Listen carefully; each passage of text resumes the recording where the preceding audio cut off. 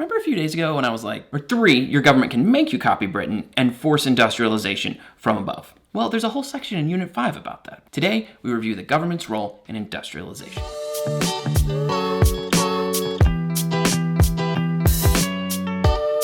Calm down, Britain. You started the Industrial Revolution. We get it. And some places copied this idea and started their own industrial revolutions. Most notably, the United States. But some governments around the world saw that this was happening in other places and not in their own country and decided to implement their own state-sponsored visions of industrialization. There are a ton of examples your teacher could have used here, and the College Board only lists one illustrative example, and that's Egypt. But I'm going to go a step further and talk about 4. This way you should have a pretty good idea as to what's meant by the government's role in industrialization. First is that illustrative example they give, Muhammad Ali in Egypt. Not that Muhammad Ali, it's a relatively common name. Ali was a pasha and the de facto ruler of Egypt within the Ottoman Empire. The College Board specifically mentions his modernizations of the cotton industry, so let's just focus on that. He nationalized all the iltizams.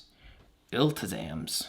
What's an iltizam again? Tax farming. Oh, right. Tax farming. Now he had control of all the agricultural land. He made everyone sell their crop to the state, where he would then sell the crops off to the ever-emerging textile market during the Industrial Revolution. He even expanded the amount of arable land by implementing vast improvements to the pre-existing irrigation systems all around Egypt. See?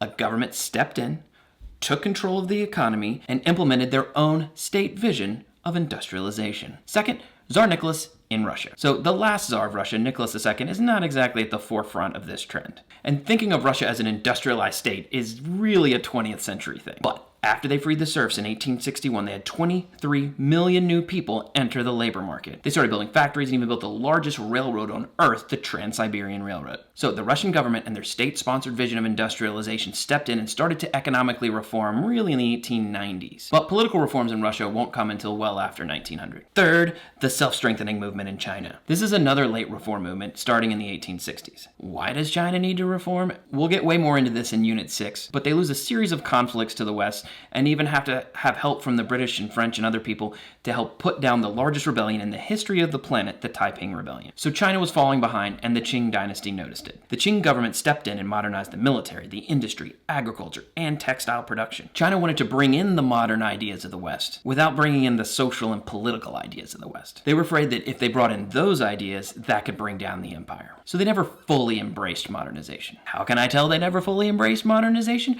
Because they lost a war at the end of this period.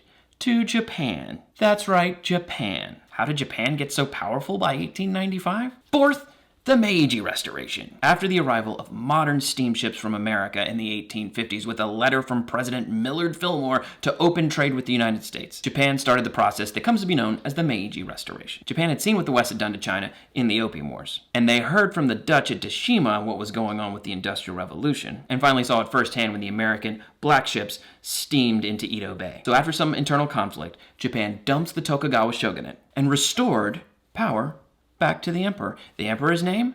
Meiji. Meiji Restoration. They sent people all around the globe and came back and implemented full-scale modernization. Did it work?